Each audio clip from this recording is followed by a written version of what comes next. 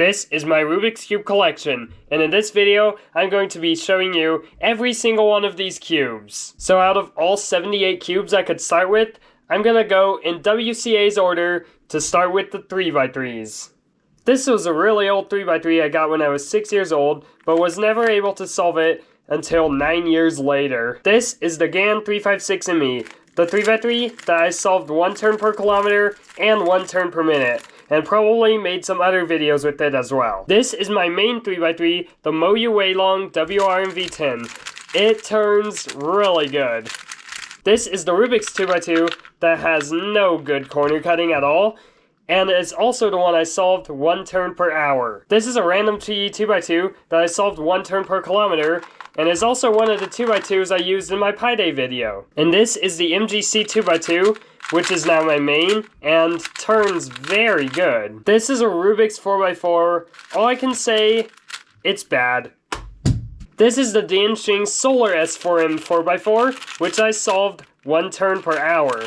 It's not as bad as the other one, but still is not very good. This is my main 4x4, the Fynn Cube 4 ball core version, and it is definitely one of the best 4x4s out there. It turns absolutely amazing. This is a Rubik's 5x5, and it's terrible. This is a YJU Tuong 5x5 that I decided to solve 1 turn per hour, 1 turn per kilometer, and 1 turn per mile. So yeah, it's been through a lot. Also, after all that, I decided to change the color scheme. So now I'm not sure that it's WCA legal, but it probably already wasn't because it is so dirty from all the challenges I've done with this and have not cleaned it out yet. So, yuck. And this is my main 5x5, the GAN 562M, and it turns very good. That's all I have to say. I'm not going to chuck this one. This is the Shengshao Tank 6x6 that I solved 1 turn per kilometer, and it does not want to turn. This is my main 6x6, the Moyu LCWRM, and it turns very good. I know I say that with all my good cubes, that's because I don't know what else to say. It's a very good cube. This is a Mofeng Jiaoxi Meilong 7x7, which I made a video about, but it might be a while before you get to see it. This is another Mofeng Jiaoxi Meilong 7x7. I don't even know why I have it. I also don't know why it popped on me like that, so I guess it's not that much of a good cube. This is the Moyu Alfu WRM that used to be my main 7x7, and then I decided to solve it 1 turn per hour, and I think it got snowed on while I was doing that, so now it doesn't turn very good, but it's not my main anymore, which is also why I put this logo on it. This is my new main 7x7, the X-Man Spark V2M. It turns good enough to give me an official PB single at a cubing competition. Okay, now let's move on to the side events. This is a Chi clock that I took the screws out of it and also put in some FTO inserts. Those are the best inserts for a clock. This is some kind of Chi Megaminx that I bought from Z3 Cubing. This is my main Megaminx, the YJ Yuhu V2M. And no, it is not a very good cube. It also likes to corner twist a lot. This is a Golden Force Pyraminx that I bought from Z3 Cubing. I really like how it looks, except that it gets a lot of annoying fingerprints on it because of how shiny it is. This is the MGC Pyraminx. All I can say, is it a very good cube? I don't think so. I don't know why I ever used it to compete with it.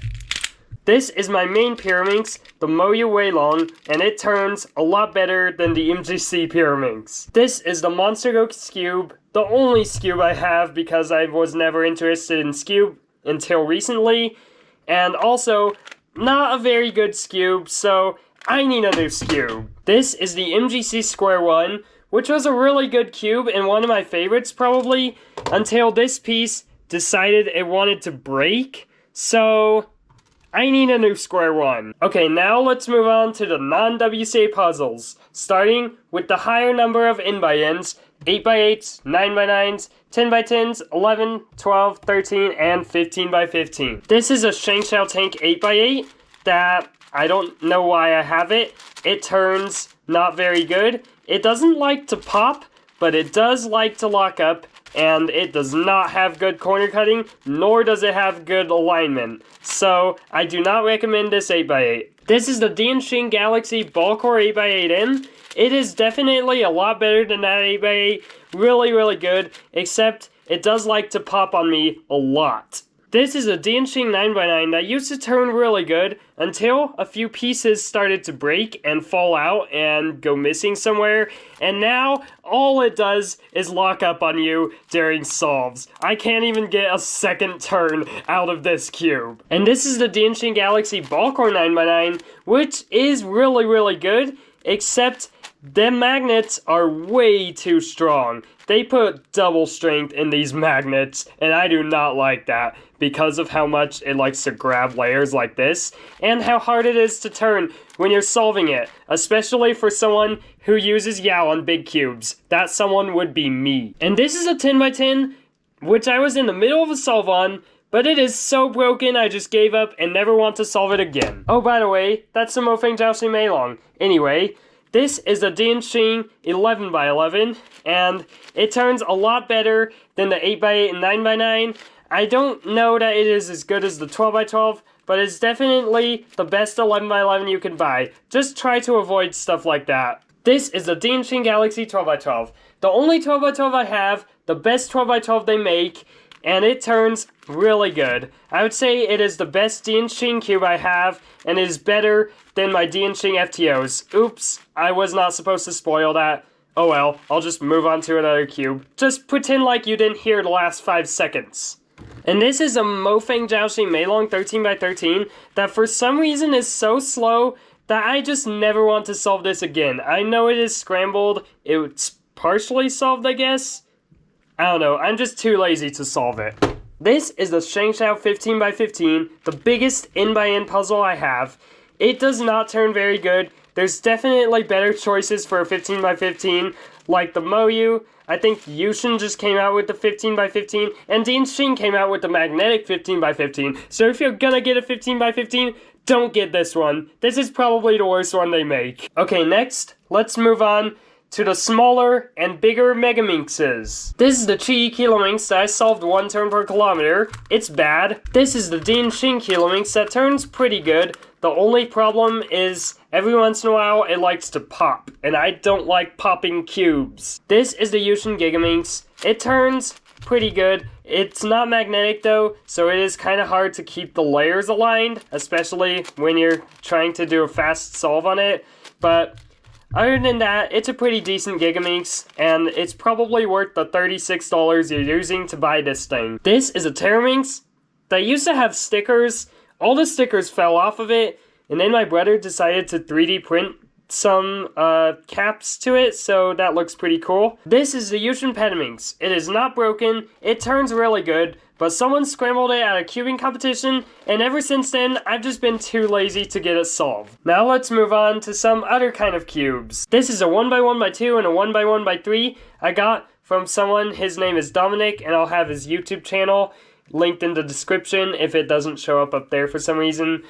And I'm not sure how to say how they turn, because they're so easy to solve that actually they're very hard to solve, especially this one. This one I could never solve if I ever tried. And this is a floppy 1x1x3, and apparently non-cubers do not know how to solve it. That's all I have to say. Alright, from now on, I'm going to be talking about all kinds of random puzzles, so let's start with all these and just see where we go from there. This is 2 different cubes. I decided to swap the pieces around into one of them, and this is 3 different cubes. I swapped the pieces around into one of them as well. This is the Rubik's Phantom, a Rubik's Cube that is sensitive to heat, so if you rub it for a second, then the colors should start appearing. My hands are kind of cold though, so I don't know that it wants to appear right now. This is the Sudoku Cube.